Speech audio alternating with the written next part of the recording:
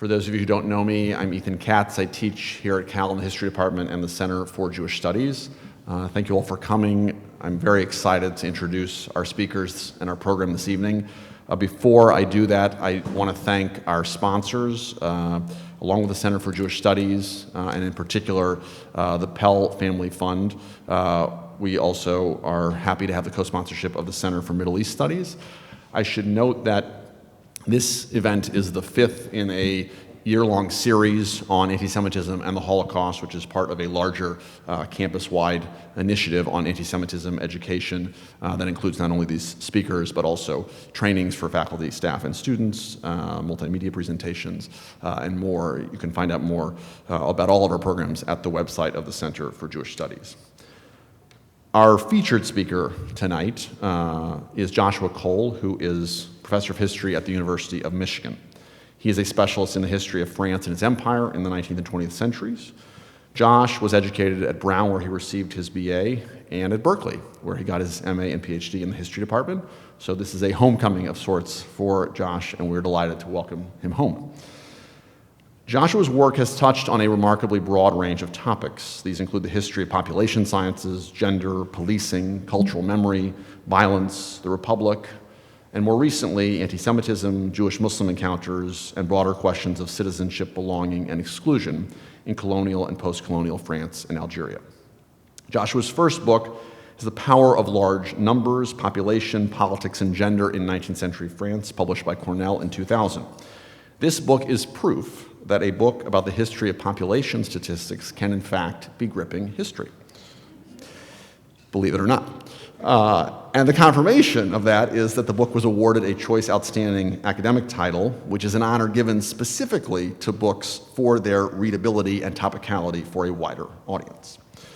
But we're here to talk about Josh's most recent book, Lethal Provocation: The Constantine Murders and the Politics of French Algeria, published by Cornell this past fall. I believe that this book will provide the definitive history of a crucially important and widely misunderstood event, the August 1934 Muslim-Jewish riots in Constantine, Algeria, that left 28 people dead and that reshaped many facets of not only Jewish-Muslim relations, but the wider situation in Algeria for the remainder of the interwar years and beyond. As you'll hear shortly, Josh has not only painstakingly reconstructed the events of the riots themselves, but he has placed them in a larger context of interwar French Algeria that has enabled him to make startling and persuasive new claims about both the violence in Constantine and the wider history of Algeria under French rule. Now, I want to add a few personal notes. I've known Joshua for almost 14 years, and we first met when I was a wee graduate student in the archives in Aix-en-Provence, and it was my good fortune to hang on to an inventory book too long, and Josh came wondering where it was over to my table in the archives. And we discovered at that time that we were both fascinated by this episode of violence in Constantine. It figured importantly in my first book on Muslim-Jewish relations in France, but much less centrally than it does in Josh's work. What I also discovered quickly was that Josh is an extraordinarily generous colleague who soon became a mentor to me. And whereas some colleagues might have been jealous or territorial about proximate research interests, Josh was just the opposite. And thus began what has truly been a very fruitful and long-standing set of collaborations. Josh did a great deal to shape the way that I think about modern French history, French Algeria, and complex issues of race and ethnicity and belonging therein. So it's been a true privilege for me as we've read and reread each other's works for over a decade. And I would venture to guess that outside of Josh and his immediate family, I therefore may be more excited than just about anyone that his fabulous book has come out. So, welcome, Josh.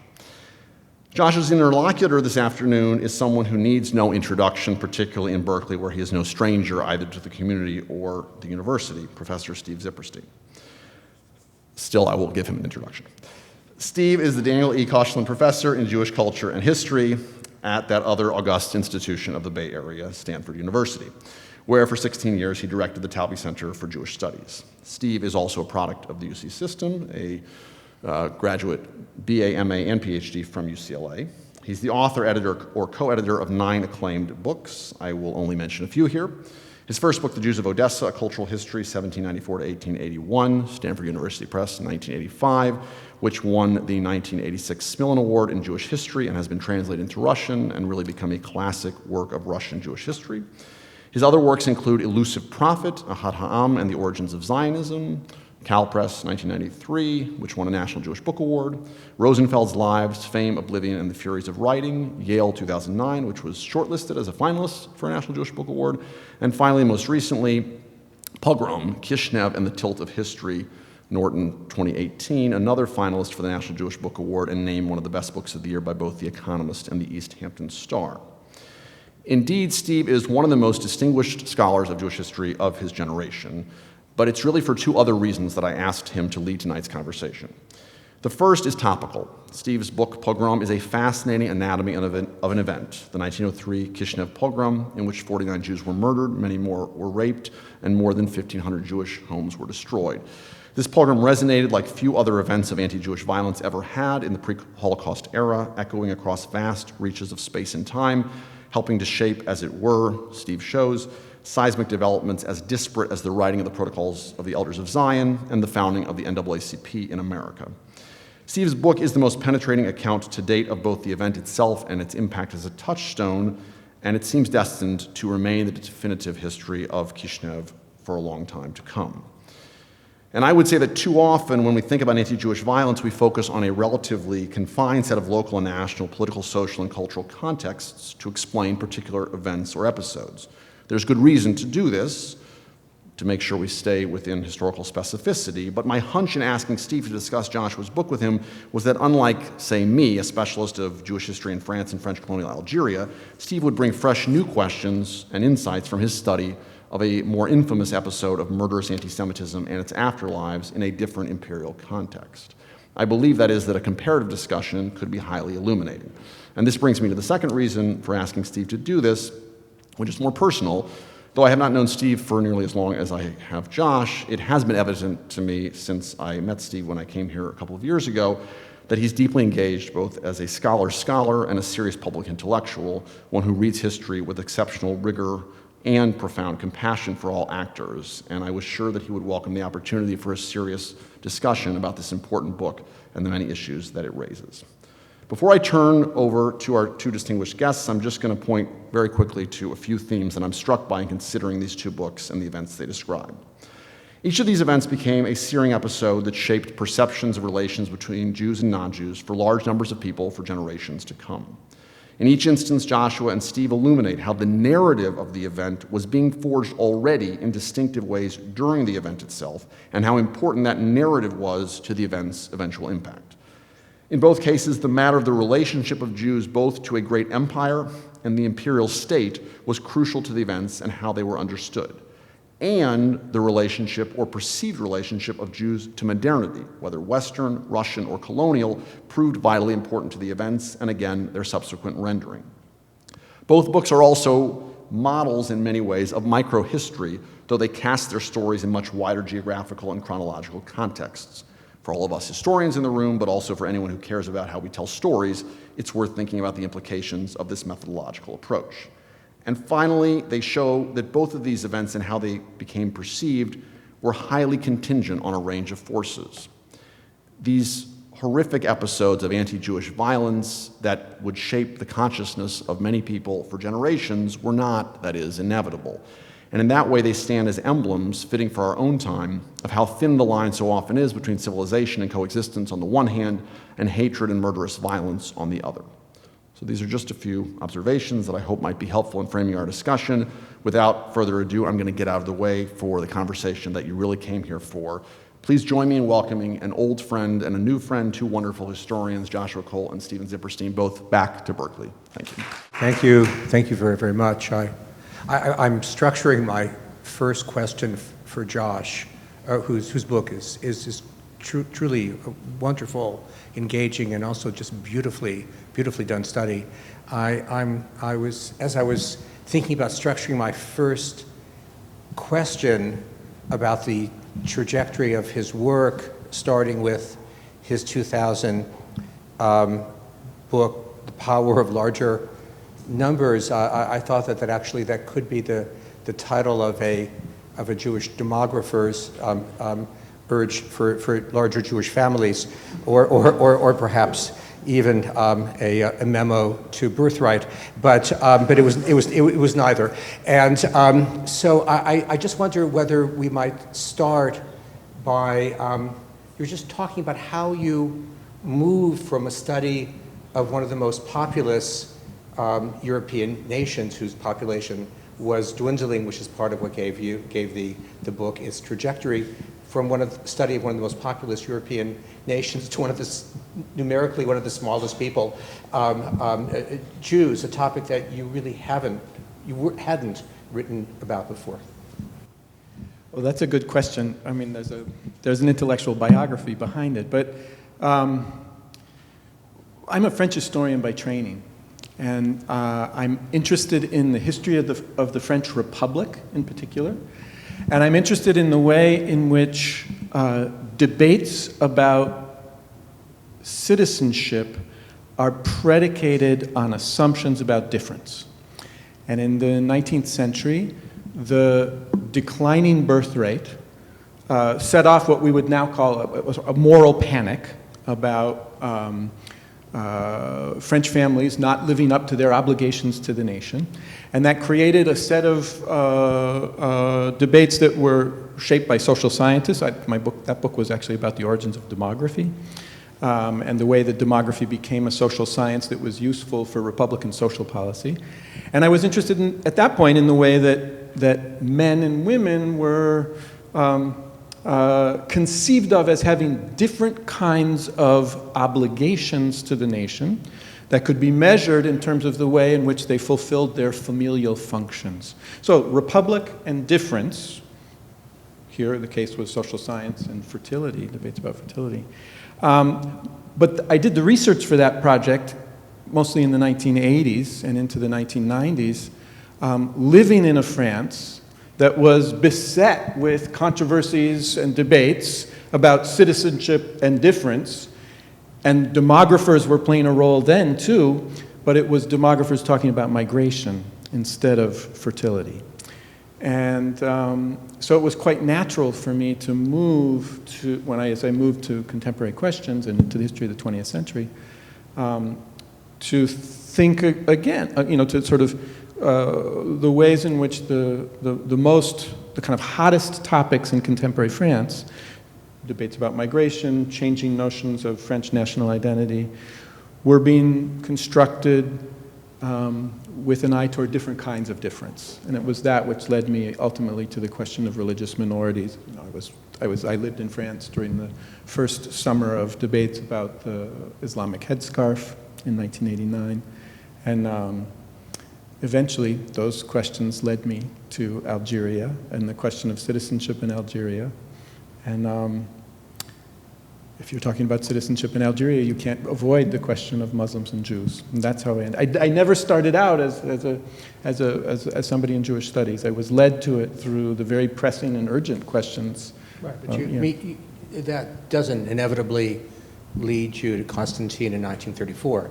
And so and I just wonder whether you might tell us a bit about how you ended up there, and also perhaps to what extent you were able to bring your take on this event, having come, if you will, from outside of Jewish history, and how that might have contributed to the kind of book that you wrote.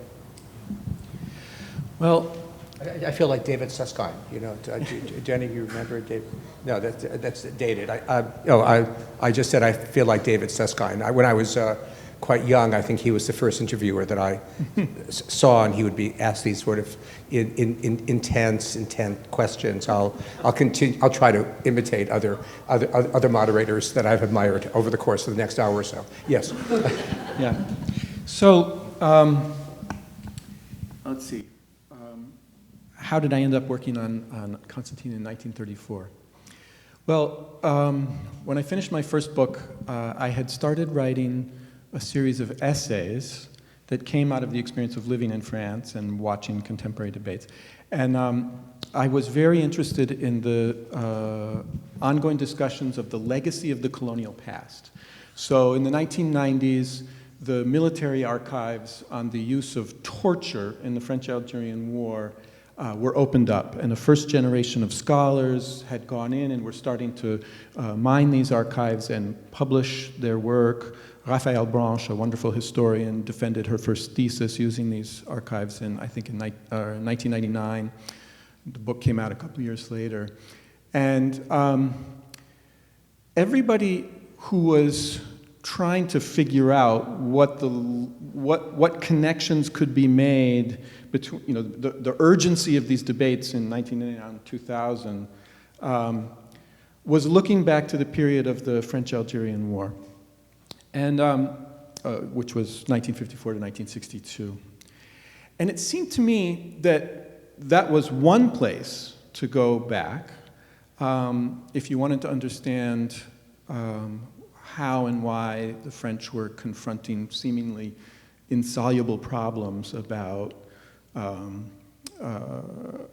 what French national identity was, what the place of religious minorities within France was going to be. It seemed to me you could start by looking at the sort of terrible events of the 50s, but that was a moment in which the violence was already happening. And what I thought would be interesting, actually, would be to go back to a slightly earlier moment in Algerian history, which at that point not very many people were looking at. In my field, in French history, people who were interested in Algeria tended to be either interested in the conquest in 1830 or the end, the 1950s and the 60s, sort of catastrophe of the French-Algerian War. And I said, but what if we look at the last moment before a mass-based nationalist movement appears in Algeria, which is the interwar years. The Algerian nationalist movement begins in the 1920s, but it doesn't begin in Algeria. It begins in the diaspora of Algerian laborers who have come to France during the First World War and in the 1920s. Many of them are actually veterans of the French army in the First World War. Some of them are politicized through an engagement with the Communist Party in the 1920s, but it's a relatively small organization, and they don't move back to Algeria to create a mass-based movement until the late 1930s, really it's during and after the Popular Front of 1936 and 37, that a mass-based movement develops in Algeria that foresees in the near future an end to empire. And it was the period just before that seemed interesting to me. And I'll tell you, there's an easy answer. In 1919, there are electoral reforms in Algeria, which for the first time gave a select number of Muslim electors the right to vote and run for office in local politics. And this is an episode which is seen as kind of a failed experiment, too little, too late. Didn't satisfy anybody, and then everybody knows what happens later. But I thought that if the interesting problem was what's the resonance of the colonial period for the French Republic's difficulties today with the problem of Muslims and Jews, let's go back and look at that period. So when I went, to make a long story short, when I went back to France to start the research on the project, I conceived of it as a project on local politics in the interwar period before people knew that the empire had an expiration date. That was how I conceived of it. And Constantine was available because those records had recently been cataloged. That was a coincidence. Yeah. I'm going to press you on that in a few moments, but our books intersect in all kinds of ways, and they're different in all sorts of ways. And one of the ways, and correct me if you think I'm wrong, is in terms of this. Your event, let me start with my event, which I know somewhat better. Mine leaves more richer records than any other single event in the Russian Jewish past. I think it's fair to say. And at the same time, it comes to be almost completely lavishly misunderstood. And so there's an inverse relationship between the amount of data available on the Kishinev pogrom of the spring of 1903 and how it comes to be understood. And it comes to be understood in the ways in which it came to be understood. And I think this is one point of contrast with your event, so to speak, is the way in which it imprints itself, the Kishinev pogrom, on institutions that end up sustaining its memory. It's a moment in 1903 when the Zionist movement is at its height. Herzl dies in 1904. When the Jewish Socialist Labor Bund is at its height, it's going to decline precipitously in all sorts of ways after 1905. And it's the one event that actually ends up being embraced across the Jewish political spectrum. And so it's institutionalized ideologically, it's memorialized in the most powerful Jewish poem of the period, in Bialik's In the City of Killing, Bir HaRegah. It ends up imprinting itself in ways that it comes to enter into the Jewish, Palestinian, and Israeli school curriculum. And consequently, it's remembered. And a lot of my book was about how this happened, in a sense, the historicity of memory, irrespective of whether these memories were accurate or not. In your case, as I understand it, it's an event that simply comes to be understood as part and parcel of Muslim hatred of Jews. And that comes to be, well, taken for granted, more or less, until those files on Constantine ended up falling into your lap. Is that a gross simplification? No, it's not a gross simplification. Yeah, the books are about events that, when looked at locally, can be seen to be quite comparable in some ways, but the context of them is different. Kishinev in 1903 was one of many similar events, and yet, for reasons that you describe so well in the book, it became the exemplary event. Constantine in 1934 was fascinating to me here I'll just sort of pose the problem here. As I started to do this research on local politics, I realized the centrality of this moment, August 1934, in this event. Its death toll, 28 people, 25 Jews, 3 Muslims die in one weekend, makes it the most lethal episode of anti-Jewish violence in peacetime in modern history. There's no other event that's comparable. And yet there are books written on French anti-Semitism in France in the interwar period that don't mention it, which is bizarre, right? I couldn't believe it. And it was, the reason that they don't mention it is because it happened in French Algeria, not in France. So the books written on anti-Semitism in France in the 1930s, which are so shaped by our knowledge of what happened later, Vichy's collaboration in the Holocaust, that framed the story in such a specific way that this event fell out of the frame. And this was a puzzle to me, and I wanted to understand how that happened. And first of all, I had to figure out a way to emphasize that it happened on French soil, that the Muslims and Jews who confronted one another on the street both had French nationality, that the debate that they were having that made their community so easily exploited by provocateurs was a debate about belonging in the French Republic. It was a debate about citizenship and whether Jews and Muslims in Algeria could be French Jews and Algerian Jews and members of the same polity. That was the story I wanted to tell, and it was hard to tell that story. It was hard to tell that story for all sorts of reasons.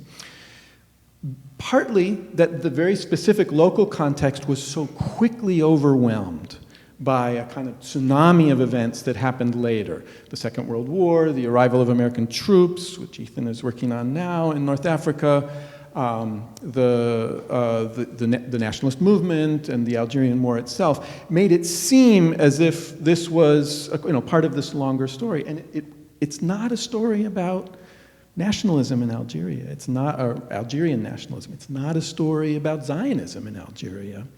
It's a story about a local community that fell apart at a moment of tension during a period when people thought the colonial system was still reformable. Yeah.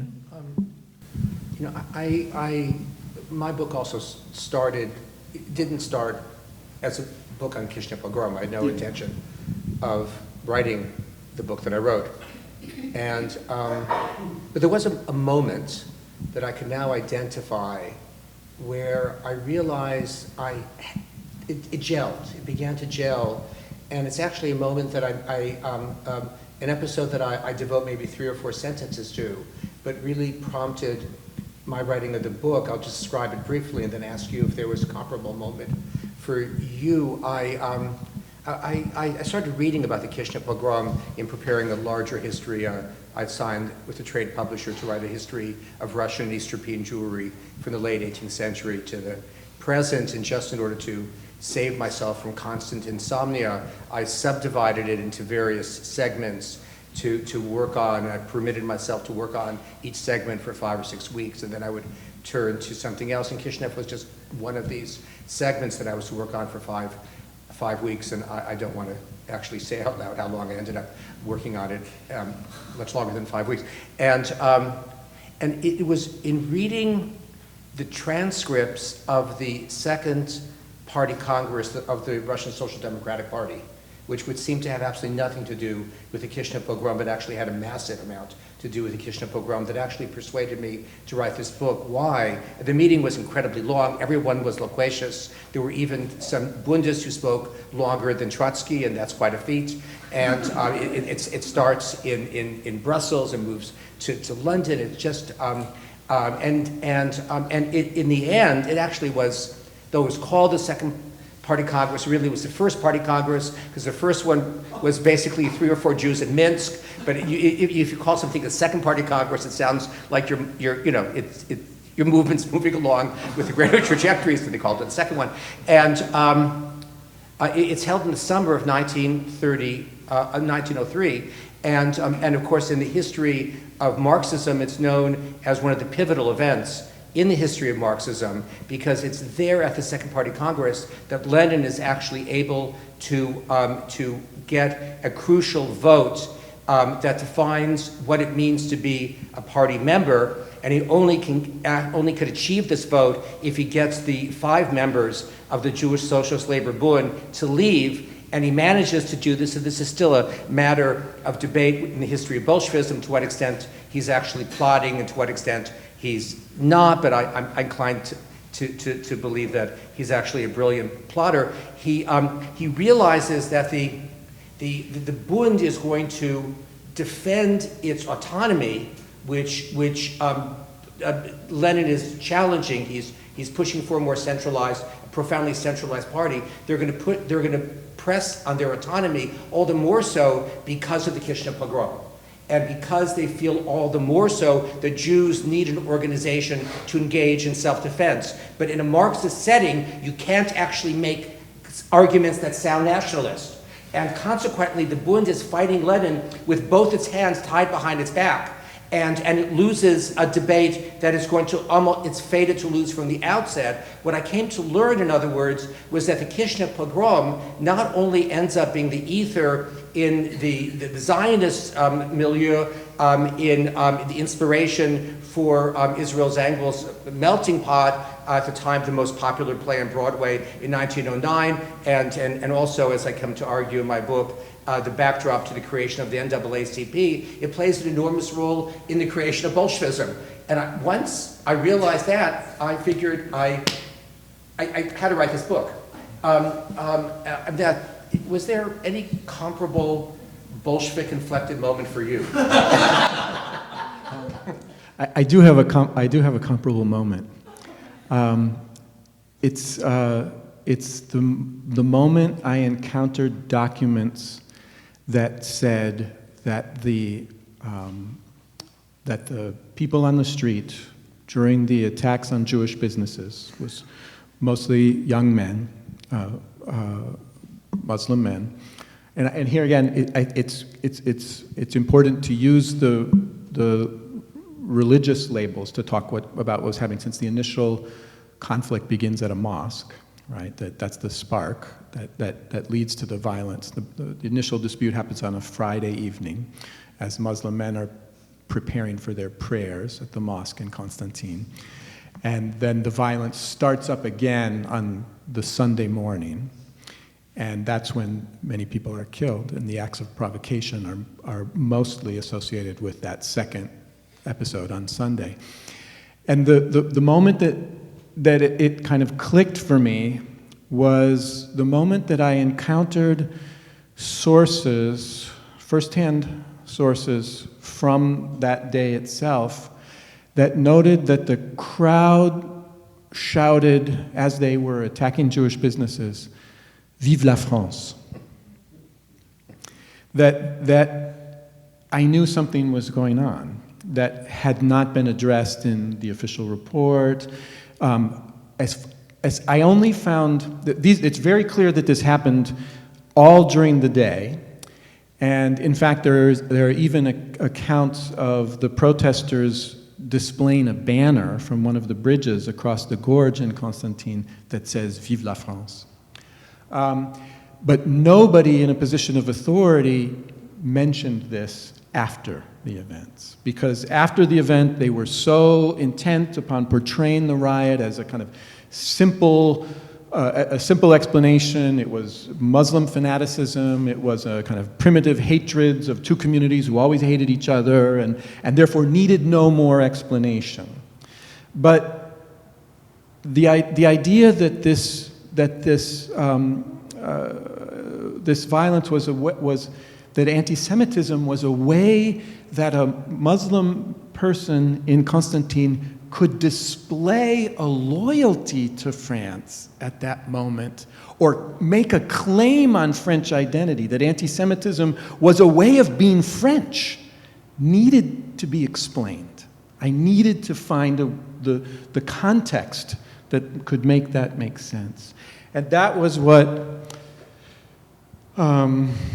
eventually led me to the documents that uncovered the conspiracy at the heart.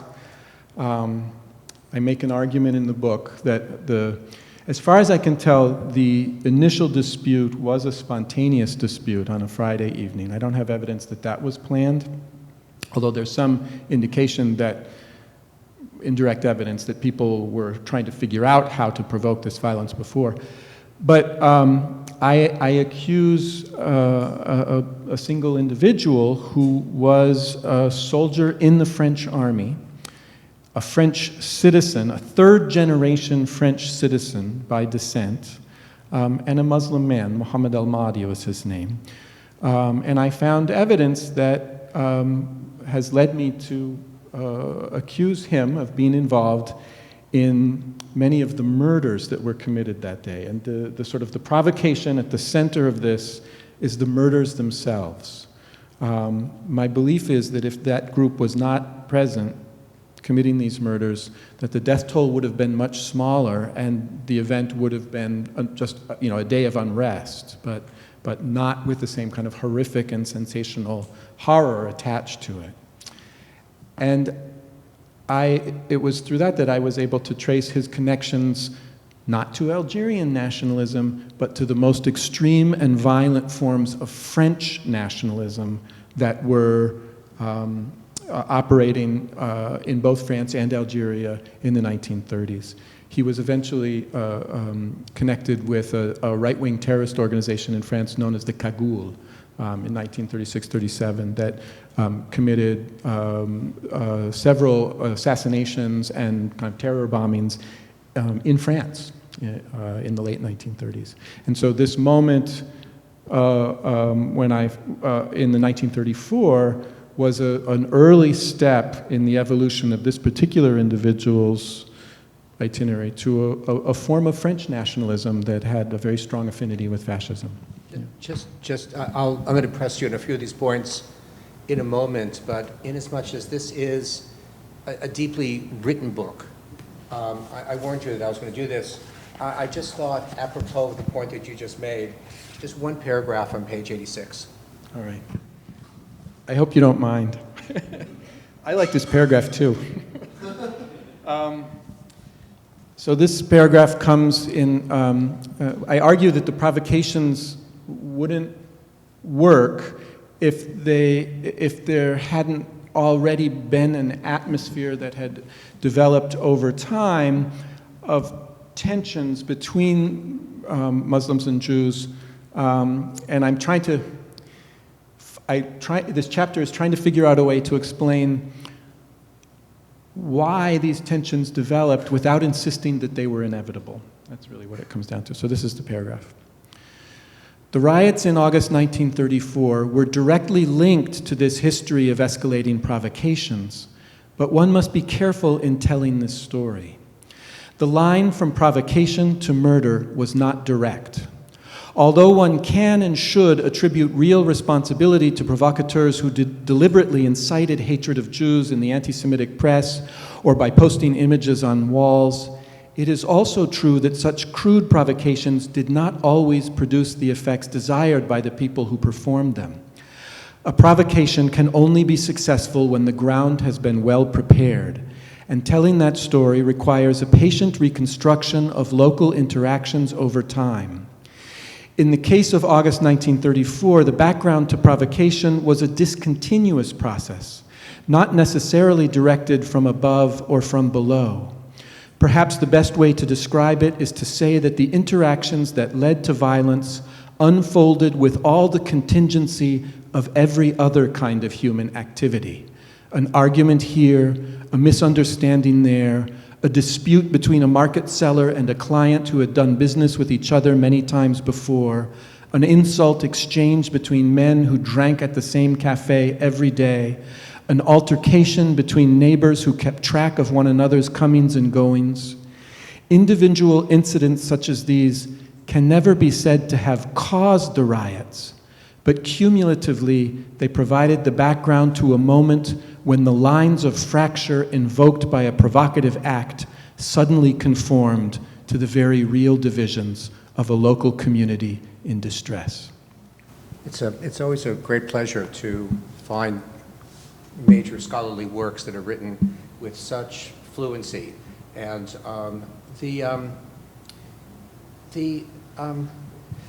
we both know writing books like ours takes a long time, more than we actually can imagine. And both of us started our books, I suspect, at moments when anti-Semitism wasn't something that appeared with regularity on PBS Newsnight. It does now. And I've thought a good deal about the impact of how I now understand what it is that I wrote in my Kishinev book in the wake of the events of the last 2-3 years. I finished my book, for instance, before the term fake news became ubiquitous. And I'm glad that I did, because I think had I thought about it, the book would have had a different kind of texture. But my book is in many ways about fake news. It's about how far more readily simple news, simple sentences, simple descriptions of events end up being absorbed, in contrast to more complex renditions. As I've come to see it, history, with all of its pockmarks and its equivocations, history sounds more like Jeb Bush, and fantasy sounds more like the other guy. And And I've also come to appreciate, I think, in the wake of writing my book, how it is that hate congeals, not always, but at least in the context in which I wrote about the congealing of hate, where even in Russian society, where there are a welter of negative assumptions about Jews, often these assumptions are inflected by positive assessments. Jews are seen as suspicious because they're not susceptible to alcoholism, but they're also admired because they're known not to be susceptible to alcoholism. They're seen as suspicious because of their apparent capacity at making money, and they're admired for the same reasons. As I've come to see it, at least in the context in which I studied a massacre, it takes leadership from above. It takes either ideological or political leadership to coalesce these welter of ideas, these inchoate ideas, into a message of hate. That is how I came to understand what happened in Kishinev in 1903, and to some extent, as I open up the daily newspaper, that is how I've come to understand the life that at least we're living in to some extent today. I'm just wondering whether the intersection between today and what you learned from your book has changed, deepened your own sense of what it is you wrote and what you learned. Yeah, it's a great question, and in some ways, the most painful one of my book, the most painful lesson of my book was to learn as I was writing it how timely it was. I define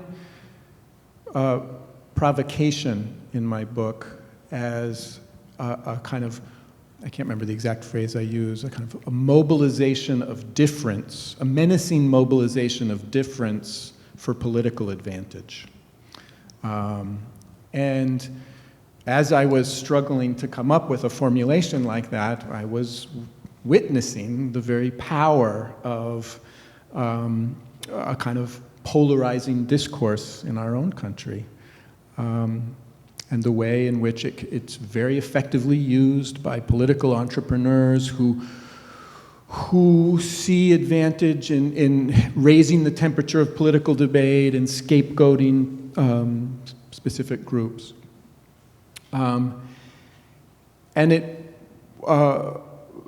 sort of fueled my desire to get into the details of what happened in Constantine, to describe the very particular context in which these provocations took shape. Again,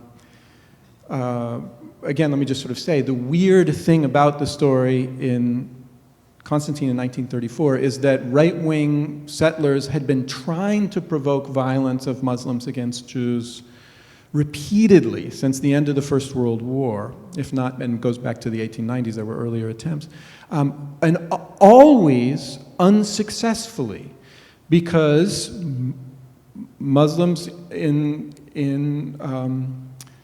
Algeria understood that right-wing French settlers were mobilizing against Algerian Jews for precisely what Algerian Jews shared with Algerian Muslims, that they were the bearers of a North African culture, and yet, at this one moment, it worked, right? The provocation worked, and so it was very important for me to try and figure out how and why this kind of polarizing language succeeded. And the story that I come up with is one that's familiar, I think, to people who study other moments of intense inter-community violence, people who work on the Balkans or people who work on,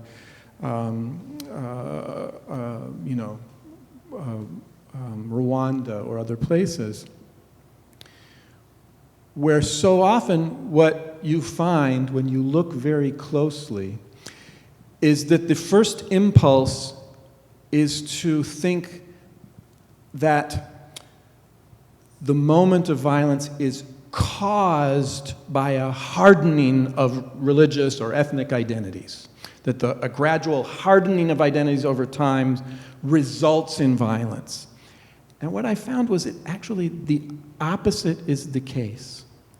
The violence, once it happens, crystallizes a set of very firm identities that were much more complicated before the violence happens. And in fact, the crystallization of this, of a kind of hardened identities, is the result of the violence. Violence is the crucible that produces that. And I see that happening all over today, right? That process seems very closely connected. Just one last question about the interplay between scholarship and guesswork, because both of us engage in some degree of guesswork, and at the very core of our books. So I can't prove definitively that Pavel Krushevan, who has something of a counterpart in your book, is the author or co-author of the first version of the Protocols of the Elders of Zion, called by somewhat different title when first published in a newspaper of his in September 1903. We know he is the first publisher, and there are all kinds of linguistic fingerprints that indicate that he is an author or co-author, but I can't prove it. I also came across, in order to write the book that I wrote quite accidentally, archival material in my case, in an apartment in Brookline down the street from Fenway, and where I didn't expect to find anything. In your case, these newly organized files, in as much as you work on French history tends to be more organized than Russian Jewish history, and but we both engaged in a certain degree of guesswork. And if you can talk about how it is you came to feel confident enough to write what you wrote, in as much as neither you nor I can be absolutely certain of what the veracity of what we wrote, but we're rather certain. Yeah. If Also, you could chart that line between being somewhat certain, rather certain, and absolutely certain, and then we'll open up for questions. right. So my book really has two parts. There is a social history of intercommunity violence, which takes up the first half of the book. And then there is the story of the murders and my argument about the conspiracy. The evidence for the social history of political violence is very plentiful. And that was, it wasn't easy to write, but it was, the evidence was all there. The evidence for the conspiracy is fragmentary. And the way that historians have to deal with fragmentary evidence is that you have to provide a context for the fragments that will convince a reader that your interpretation is plausible. And here's the problem. If you have multiple fragments, they don't necessarily hook up in the same narrative. And to provide context for each one of your multiple fragments makes for a very strange and bizarre story. The moment I became sort of thought that I could do it, well, there's actually a short answer to this. When did I become confident that I could do it? It was when I told Ethan about my discovery of the document that named Muhammad al-Mahdi, and he said, "That's really interesting." and then I found other documents to corroborate that. But you'll see if you read my book, it has a complicated structure. I tell the story of the riots first without mentioning the conspiracy.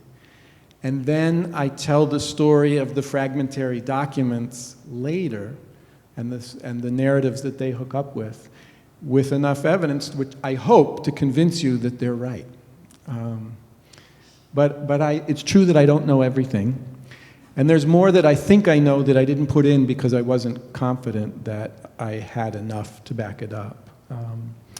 But I am... We've now lost, we've lost confidence in people who believe they know everything. And, but go on. I'm sorry. I don't mean to politicize something in Berkeley. Yeah, go on. But so, I'd be happy to answer questions about that part of it, about the story. But in the end, I am pretty sure I'm right. I really am. All right. So we're going to call Ethan back now to call on people for questions, comments, and we'll talk for about 15 minutes. Oh yeah, sure. So yeah, I'm gonna take this mic around for anyone who has questions. John. Thank you to both of you. I haven't read your book, so excuse me if you do address this. Yours I've read. With Kishinev, much of the story, it's a very complicated story that Steve tells and tells beautifully, but much of the sort of afterlife of Kishinev it becomes a popular Jewish story told by people who weren't there, immigrants who may have lived, who left the Russian Empire, but may have lived 1,000 kilometers away from Kishinev, but they were affected by Kishinev, which wasn't the case. So I'm curious to know to what extent was the afterlife and the cultural place of Constantine spread by immigrants from both Algeria, and was it also taken up by North African Jewry as a whole, and sort of, did they take possession of it in some ways? Well, of course, it was the possession of Jews who lived in the city, and they knew it and they understood it. But the event was so stunning in its kind of ferocity that it was a very hard history for people to talk about. It was hard for people to write about it, and the histories that were, there is one book-length treatment of the riots in Constantine before mine, which was written by Robert Attal, who is himself a distinguished historian of the history of Jews in France, who was the son of one of the people killed in Constantine. So it's a personal story, largely written on the basis of press accounts and interviews and conversations with people that his family knew. He didn't have access to the archival documents that I had access to. And again, the problem of the event's afterlife is precisely this question of being absorbed into a narrative that culminates in the departure of Algeria's Jews to France in 1962. And it's kind of absorption into this very dramatic story that happens in the decades that follow. And what was lost in the absorption of the story into was precisely the local context, the story of the conspiracy and its cover-up. People, I mean, I think I'm the first person to describe this conspiracy and to bring evidence that it existed, but there were many people who thought that something like this had happened. They simply didn't have access to the documents. I was just struck by one of your sentences in response to John's question. You said that the event was so searing and violent, it was difficult for Algerian Jews to talk about it. And I would turn around that sentence in the context of Russian Jews or Kishinev Jews, that mine was so searing and violent that Jews couldn't stop talking about it. And so to what extent that offers us some entree into the inner lives of Russian Jews and Algerian Jews, I don't know, but it is an interesting contrast. I'll just say the you know, Jews in Algeria were citizens. They were French. They could vote. They had accepted the promise of the Republic and had felt a deep and profound attachment to France. And so the idea that their Muslim neighbors shouting "Vive la France" could break into their homes and kill these people was so painful to them as a repudiation. And in that sense, it was the moment in which they realized they were vulnerable in a new way, and whereas I think in Kishinev in 1993, the vulnerability was clear and understood in some ways. Perhaps, yeah. Yeah. Emily. Thank you so much. The story in some ways reminds me of the Farhud in Iraq 6-7 years later. And historians have wondered about that event where Muslims turn on their Jewish neighbors at the instigation of outside forces, both Germans, Nazis who are pushing anti-Jewish propaganda, but also the British who are passively sitting by while the Jews are massacred. One way that that story has been deconstructed is to talk about what happened after and not conflate it with the Jews leaving Iraq in '53. And in fact, it takes 12 years before the Jews leave. And so to not see that as a teleology, but understand the event based on what happens in the next year, the next 2 years, the next 5 years. So I'm wondering, in Constantine, what happened right after? And you did a good, I like your point that, you know, they don't leave then for another 30 years. Well, you have to read my book. I've got a couple chapters about that. There's a very tense period that follows. There is a Muslim boycott of Jewish businesses that lasts for a period of about 8 to 10 weeks in the fall of 1934, which is closely monitored by the police who are trying to figure out its origins and why it happened. And there is a shift in local politics as a result. The local right-wing sort of proto-fascist organization, the Quadrifa, realizes that it can gain political advantage by recruiting Muslims with anti-Jewish propaganda. They begin to sort of actively pursue that, whereas they hadn't done that before, except in a few cases, not as sort of as a mass basis. And here, I end the book, though, with a very fascinating and forgotten moment. In the book, I can't prove this part, but I have a lot of circumstances. I actually accused the mayor of the city of being in the know, that he may have been connected. I have one document that is connected to a close ally of the mayor, and I assumed then that the mayor was in the know about the provocations. And he had been held on to his mayor's seat for many years with the help of Jewish votes, and then he had been an anti-Semite in the 1890s, then he turned around and made an alliance with Jews later.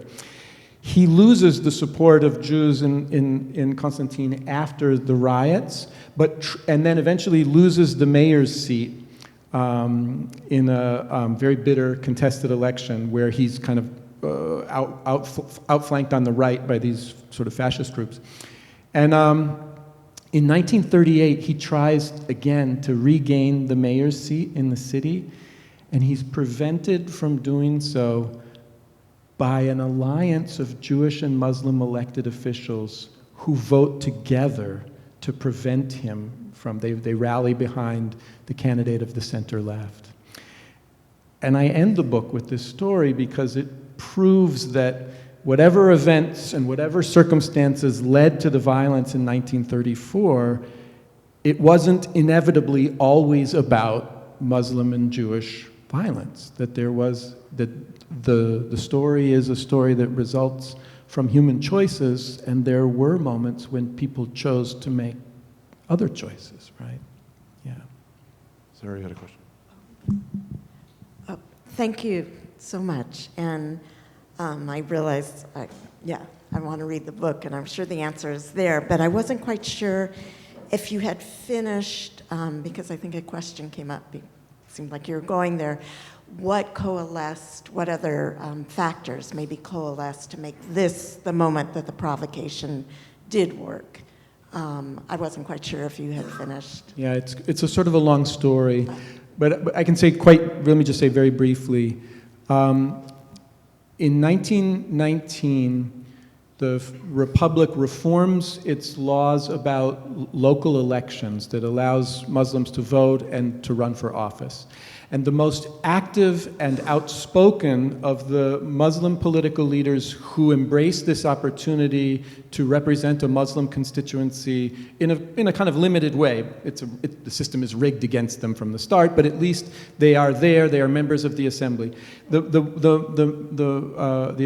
official who is the most active and outspoken is from Constantine. He's a man named Mohammed Salah ben Jalul, and he leads a very public and outspoken campaign to get more recognition from officials in Paris as the kind of spokesperson for a disenfranchised Muslim majority in Algeria. And I argue in the book that the moment at which everything falls into place is a moment when the population has both been galvanized by the success of his movement and frustrated by the repudiation of Ben Jalul by officials in Paris who refuse to accept. In fact, he's basically campaigning to be more of an insider, to be a part of the Republic, and they accuse him of being an agitator and a nationalist and refuse to support him. And it's that conjuncture which sets up the sort of fatal moment at the end of the summer in 1934. Question over here. Yes, thank you for the discussion. And I think my question is a peripheral issue, but perhaps leads in a different direction. But something you mentioned was that I found fascinating was what got you thinking about this was that being anti-Semitic was a way of displaying your Frenchness. And I'm wondering, particularly in the context today of, distinctions that are made between Muslim anti-Semitism and right-wing Christian anti-Semitism or, white anti-Semitism versus Muslim anti-Semitism or anti-Israelness or all these various varieties today. How much do you see a kind of instigation or fertilization of Muslim anti-Semitism in a new way coming from the right-wing provocateurs? And do you see any continuity between that example that you studied to what came later there and in other places? Yeah.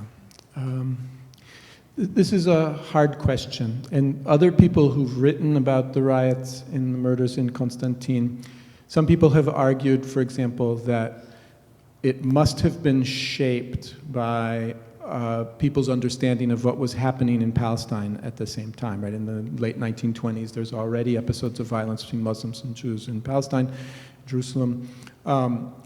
So how could this not somehow be connected with that? And I looked for evidence that people in Constantine were shaped by these other events. And I found some evidence that there was concern about what was happening in Palestine in a Arabic language publication that was read by a sort of educated Muslim elite. But there's no evidence and the timing doesn't correspond in any way to this moment of violence. It's not clear to me that this is in any way a kind of effective cause or influence of what people thought. But once the violence happens, and then because the episodes, in the 1930s, situation gets even worse in Palestine, inevitably that shapes the way that people frame the meaning of the riots later. So it's connected to an emerging sense that Muslims and Jews are at conflict with one another in other parts of the world, and that is impinging upon a debate that has to do with how they belong to the French imperial nation state at that moment too. Now, I think I would be very cautious about wanting to say that there is a kind of vector of influence from at a kind of ideological level from the French extreme right to the Muslim population as a whole in Algeria. There are, I'm just kind of there are, the problem with the word anti-Semitism is that it covers so much ground. Do you ever, Peter Hayes's argument about, he's a historian at Northwestern who has a very useful book about teaching the history of the Holocaust. And he says the problem with anti-Semitism is, there's two problems. The word anti-Semitism, he's saying is that the first problem is the anti part, and the second problem is the Semitism part. That the anti part is too big; it covers too much ground. It encompasses everything from, vulgar jokes to genocide. And the Semitism part is problematic because who's a Semite, and so the problem in trying to figure out the answer to your question, which is there a genesis of a specifically Muslim form of anti-Semitism, is not the way I want to conceive of the problem. I want to conceive of people's, I'll use the language used by Ethan in his own book, that words like French, Jewish, Muslim are situational identities that emerge from specific contexts. And if you want to understand the way in which groups who make claims on these identities come into conflict, it's important to understand the situation rather than to assume that there's a kind of overarching ideological genealogy somehow that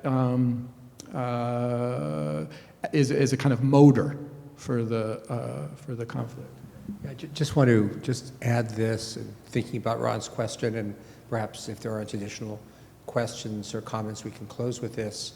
I think one of the ways in which those of us who have come to be more preoccupied with anti-Semitism now than we ever imagined we might, both as people living in the world today and also seeking to write history, is I think we're more and more appraised of the incredible complexity of the phenomena, not only that the term itself envelops a massive number of sins. I mean, there's that quip that the definition of anti-Semitism is disliking Jews more than is necessary, but the way in which domestically the very people who are ostensibly pushing either legislation or regulations regulating anti-Semitism are actually cultivating anti-Semitism at one and the same time. You have one of the most powerful electoral groups in the United States, evangelical Christians, who are profoundly philo-Semitic with the goal of eventual Jewish obliteration. And you have a current Israeli prime minister who is insulated in many ways from all sorts of charges, while at the same time he is arguably the most articulate spokesperson for the right-wing populism that has inspired so much European anti-Semitism. So once you begin to think even about anti-Semitism today, you begin to be stunned by all of the crazy intersecting lines. And I think that has made those of us who have come to think about it in the past all the more attentive to its massive complexity then, too.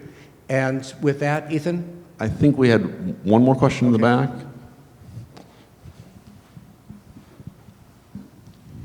Hi. When I looked up the topic of your book, about which I knew nothing previously. There were a couple of references. There was an article in the New York Times that reported over 100 people had been killed. It was coterminous to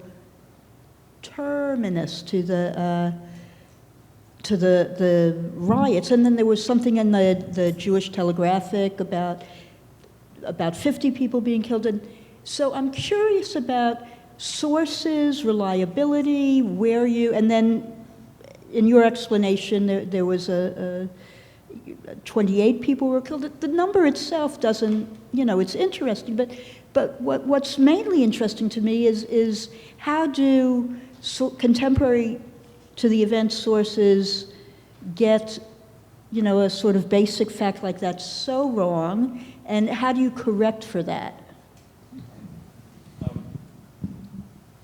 That is what my entire book is about.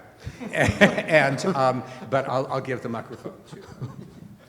Yeah, and of course that's a very good question. And the first thing that you encounter if you look closely at this event is that there were wildly differing accounts about the number of people killed. And even the official reports took a while to finally settle down at the figure which I arrive at in the book. So the event was so astonishing and so surprising that journalists were sent there from Europe. People reported very quickly, and those initial reports were not wrong. It was not that many people. I'm pretty sure that the list I have is accurate. I know the names, I know the circumstances under which each individual died, I believe. And I had access to the many, many reports that were given for local officials, the prefect, and I have the evidence of the police investigations of each individual murder and the evidence from the trials of the people who were eventually accused of the murder. So I'm pretty confident about the number, which is not to say that I believe the official sources without don't treat them without a great deal of skepticism. They are the archival documents of a colonial state that had very clear political goals, and some things it wanted to know and some things it didn't want to know. And so I'm very cautious about how to use them.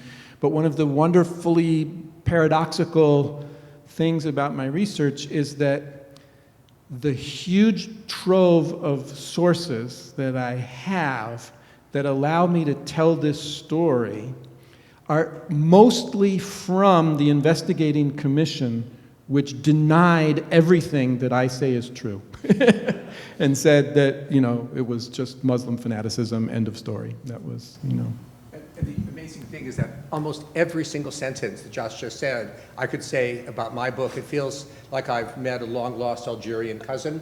And I want to thank Ethan for having introduced us to one another. Well, thank you both for a wonderful evening.